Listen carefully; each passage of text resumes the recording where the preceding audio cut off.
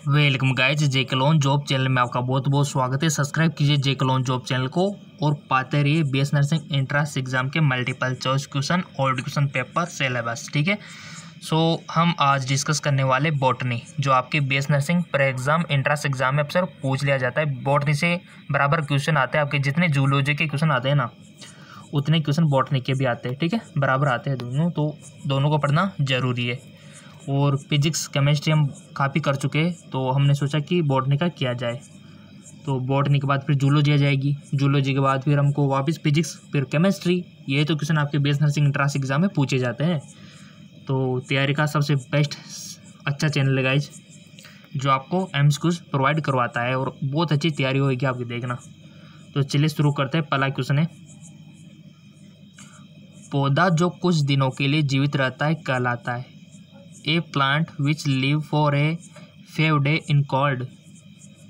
एक वर्षीय, बहुवर्षीय, द्विवर्षीय या फिर अल्पकालिक। जिसको हिंदी में प्रॉब्लम है वो इंग्लिश का सहारा ले सकते हो, इंग्लिश दिया हुआ है साथ में। इंग्लिश मीडियम और हिंदी मीडियम दोनों वालों को देख के बनाया गया है। ठीक है, तो लगाओ टिक गाइस, और टिक सही लगाना है आपको। लगा दिया होगा। ठीक है, तो इसका राइट ऑप्शन हो जाएगा, चेक कर रहे हैं अब, अल्पकालिक। ठीक है, यानी कि ऑप्शन इसका 4 हो जाएगा। तो अल्पकालिक जिनके लिए जीवित रहता है क्या कहलाता है? अल्पकालिक बोलते हैं इनको। और जिनका सही गया था उन स्टूडेंट को बहुत बहुत धन्यवाद, उनका तो समझ लो सिलेक्शन हो जाएगा। और जिनका नहीं हुआ था सही ये वाला, तो उनको सज़ा दी जाती है कि आप कम से कम 3 से 4 बार वीडियो को देखो। ठीक है, अगला क्वेश्चन निकल के आता है बॉटनी का। डीएनए में नाइट्रोजनी सार होते हैं, बताइए। The nitrogen base in DNA. Option आपके सामने, AUGC, UTGC, ATGC, ATUC। बताइए जी, डीएनए में नाइट्रोजनी सार होते हैं। टिक लगाओ। देखो, टिक तो आपको ही लगाना है पहले, उसके बाद इसका आंसर हम बताएंगे। सिंपल सी बात है, ताकि आपकी प्रैक्टिस भी हो जाए, आपकी प्रैक्टिस और प्लस एमसीक्यूज भी हो जाए।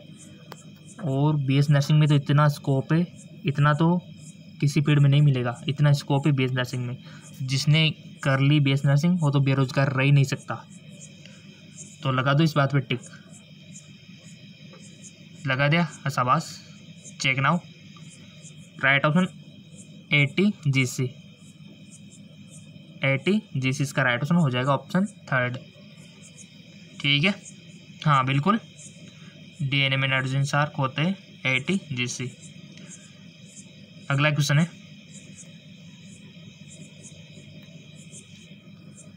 पादपों में रेशेदार कोशिकाएं होती है। इन plant fibrous cell are living dead. कुछ पौधों में जीवित, उपयुक्त में से कोई नहीं, बताइए।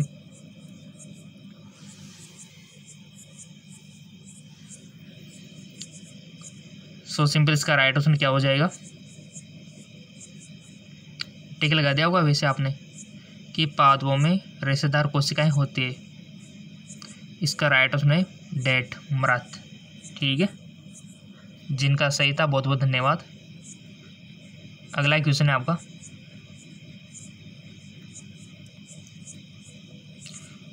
थोड़ा सा एडजस्ट कर लेते इसको। कौन सा कोशिकांग कोशिका के बाहर जीवित रह सकता है? एंडोप्लाज्मिक रेटिकुलम, क्लोरोप्लास्ट, केंद्रक या फिर आपका Golgi body. Which of the following cell organelles can survive out of the cell? Tick लगा दिया होगा आपने, इसका राइट आंसर हो जाएगा क्लोरोप्लास्ट। ठीक है, तो क्लोरोप्लास्ट जो है ये आपका थोड़ा सा, ये जो कोशिकाएं, कोशिका के बाहर जीवित रह सकता है।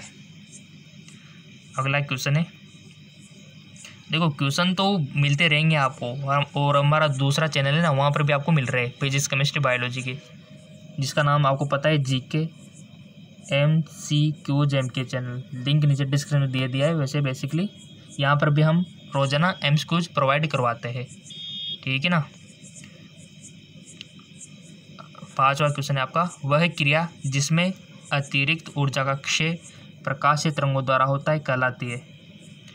प्रतिदीप्ति, फोटोफॉस्फोरिलेशन, फोटोलाइसिस, प्रकाश से ऑक्सीकरण। बताओ जी।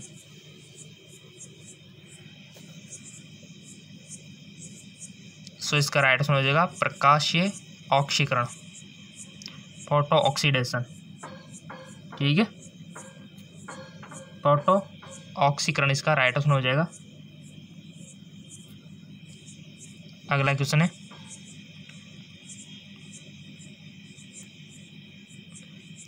साल्मोनेलोसिस की क्रिया है। साल्मोनेलोसिस इन द प्रोसेस, जीवाणु द्वारा जनन, जीवाणु द्वारा फूड पॉइजनिंग, जीवाणु द्वारा सफाई, जीवाणु द्वारा विघटन। बताओ।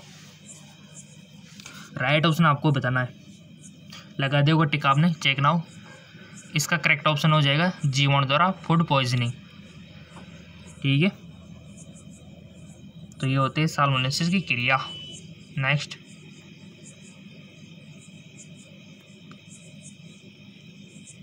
कैलिप्ट्रा ऐसी संरचनाएं होती है जिसका निर्माण होता है आर्किगोनिया के वेंटर से, एंथेरिडिया के आधार भाग से, कैप्सूल के मध्य भाग से, पत्तियों के आधार भाग से। कैलिप्ट्रा स्ट्रक्चर आपको बतानी है, टिक लगा दिया होगा। राइट ऑप्शन हो जाएगा इसका आर्किगोनिया की वेंटर से, फर्स्ट वाला। नेक्स्ट, इपीजेनेसिस का सिद्धांत दिया। Theory of epigenesis was give by अरस्तु ने, सॉमरडर ने, वाल्क ने या फिर डार्टिन ने। राइट ऑप्शन हो जाएगा आपका वोल्फ ने। जिनका सही था बहुत बहुत धन्यवाद, और जिनका गलत था और वो हमारे 2 से 3 इस वीडियो को बार बार देखें ताकि आपको भी याद हो जाए। और गाइज BS नर्सिंग में मैंने बताया गवर्नमेंट सेक्टर, प्राइवेट सेक्टर, हर फील्ड में इसकी रिक्वायरमेंट बहुत ज़्यादा है और बढ़ती जाएगी, देखना आने वाले टाइम में, क्योंकि आपको पता चल रहा है कि नई नई बीमारियाँ सामने आ रही है। तो ऐसे में स्कोप इनका ही बढ़ेगा मेडिकल फील्ड में, नर्सिंग वालों का, ठीक है। और सैलरी भी बढ़ रही है साथ में, ठीक है। तो बहुत अच्छी बात है। और वैकेंसीज तो बहुत सारी निकलती रहती है, वैकेंसीज की तो कोई कमियां नहीं है। अगला है आपका, थोड़ा सा एडजस्ट कर लेते हैं। कपड़ों का भंडारण करने के लिए किसकी छाल व पत्तियों का प्रयोग किया जाता है? Bark and leaf of which of the following plant are used to store the cloth? Euphorbia hirta, Euphorbia thymifolia, Eclipta alba या फिर एजाइडिक्टा इंडिका। कपड़ों का भंडारण करने के लिए किसकी छाल व पत्तियों का प्रयोग किया जाता है? बताओ। सो गाइस इसका राइट आंसर हो जाएगा एजाडिक्टा इंडिका का। अगला क्वेश्चन है, क्रोमेटिन की उप इकाइयाँ हैं जीन, न्यूक्लियोसोम, क्रोमोसेंटर, क्रोमोमियर। क्रोमेटिन की उप इकाइयाँ हैं the sub unit of chromatin. सो इसका राइट आंसर हो जाएगा आपका न्यूक्लियोसोम। नेक्स्ट, वाटसन तथा क्रिक के द्वारा डीएनए का द्विकुंडलन मॉडल कब प्रस्तुत किया गया था? Watson and Crick proposed the model of the DNA double helix structure. सन पूछ लिया गया है, वो बहुत सी बार ऐसे पूछ लिया जाता है कि जो डीएनए का द्विकुंडलित मॉडल यानी कि डबल हेलिक्स मॉडल था वो किसने प्रस्तुत किया था? तो वाटसन और क्रिक ने किया था, बट एक कब किया था ये यहाँ पर पूछ लिया है। 1943, 1953, 1955, 1963। सो बताइए इसका राइट ऑप्शन क्या हो सकता है? जिसको ये वाला क्वेश्चन आ गया समझो उनका लेवल बहुत अच्छा है, क्योंकि सन को याद रखना बहुत मुश्किल होता है थोड़ा सा। सन क्योंकि बहुत सारे सन होते हैं, किसकी इनको याद रखे, ठीक है। बहुत सारी जगह सन को रखना इतना आसान नहीं है। तभी तो अगर जिन्होंने इसका आंसर सही बता दिया समझो उसका सिलेक्शन पक्का है। इसका मतलब सन को याद रखना छोटी मोटी बात नहीं है, ठीक है ना। बाकी चीज़ें याद हो जाता है ट्रिक से, बट सन को कैसे याद रखें इसकी कोई ट्रिक नहीं होती है। तो आपने थोड़ा सा रिसर्च किया होगा, पढ़ा होगा, तो इजीली आप इसको कर पाएंगे। और एमसीक्यू तो मिलते रहेंगे, डोंट वरी, आपको बिल्कुल ही फिक्र नहीं करनी है, रोज़ाना मिलते रहेंगे। ये चैनल बीएस नर्सिंग की तैयारी कराने के लिए ही तो बनाया है, और बेस्ट तैयारी कराएंगे देखना आपकी। और दो चैनल बना रखे, एक तो ये और एक हमारा जीके एमसीक्यूज एमके चैनल है। दुगना पोषण मिलता रहेगा आपको बराबर। अब तो आपने बता दिया होगा इसका राइट ऑप्शन वैसे। सो गाइज इसका राइट ऑप्शन हो जाएगा 1953। जिन्होंने बताया 1953 उनको बहुत इंटेलिजेंट मान सकते हो अपने आप को। अगला है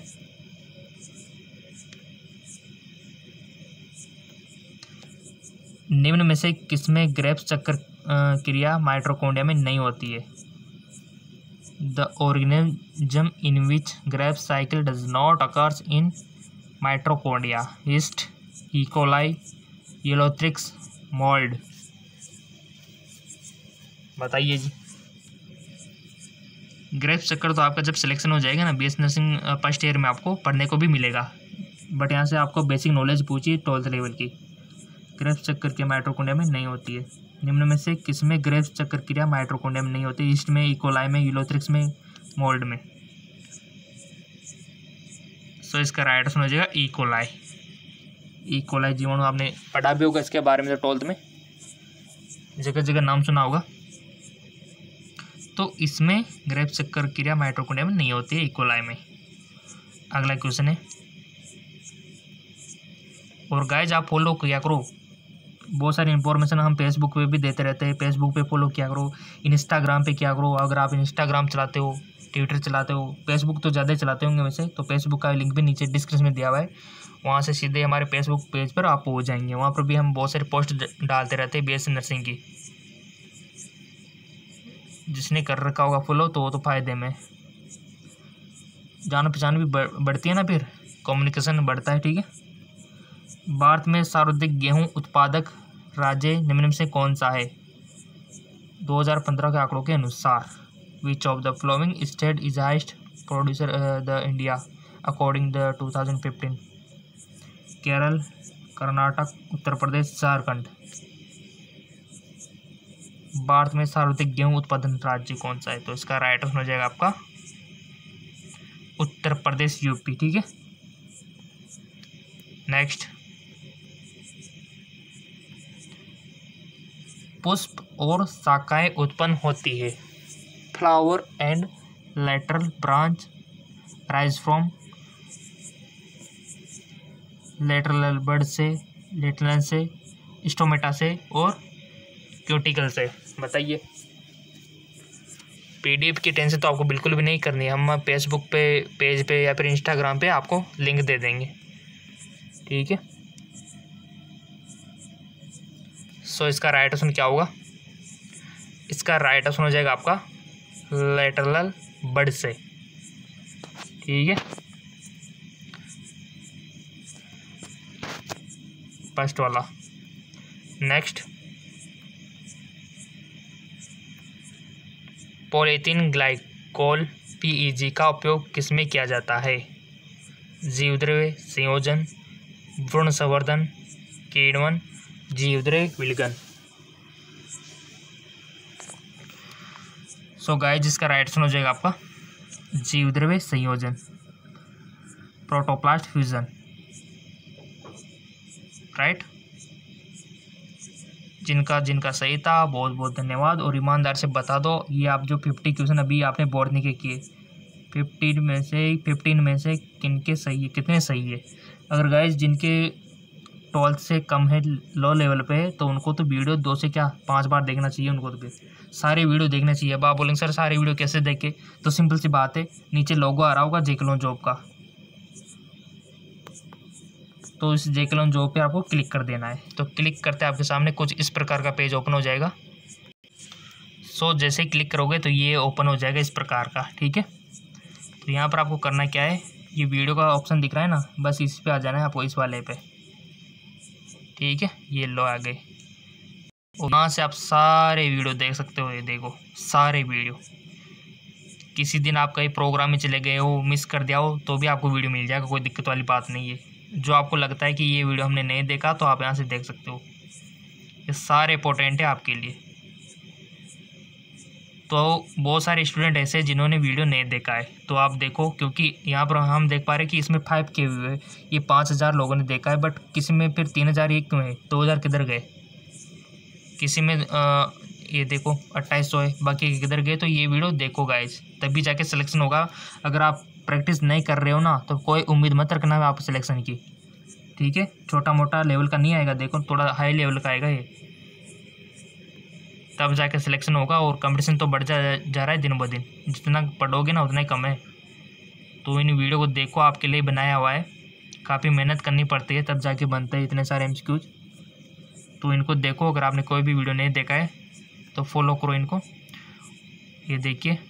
तो इनको देखिए गाइज, पूरा का पूरा लड़ी हुई, पूरा पूरा चेन है वीडियो की, तो कोई कमी नहीं है MCQs की। और अगर आपको कमी लगती है ना, तो फिर आपको नीचे डिस्क्रिप्शन में जो लिंक दिया है उस पर GK MCQs के चैनल को फॉलो कर लो। यहाँ पर आधे घंटे की वीडियो आपको मिल जाएगी। तो लिंक नीचे डिस्क्रिप्शन में दिया हुआ है, वहाँ से आप फॉलो भी कर सकते हो उस दूसरे चैनल को। और हमें भी फॉलो कर लीजिए फेसबुक इंस्टाग्राम पे, ठीक है, ताकि आपके लिए लेटेस्ट अपडेट हम आपको देते रहे। ओके, धन्यवाद।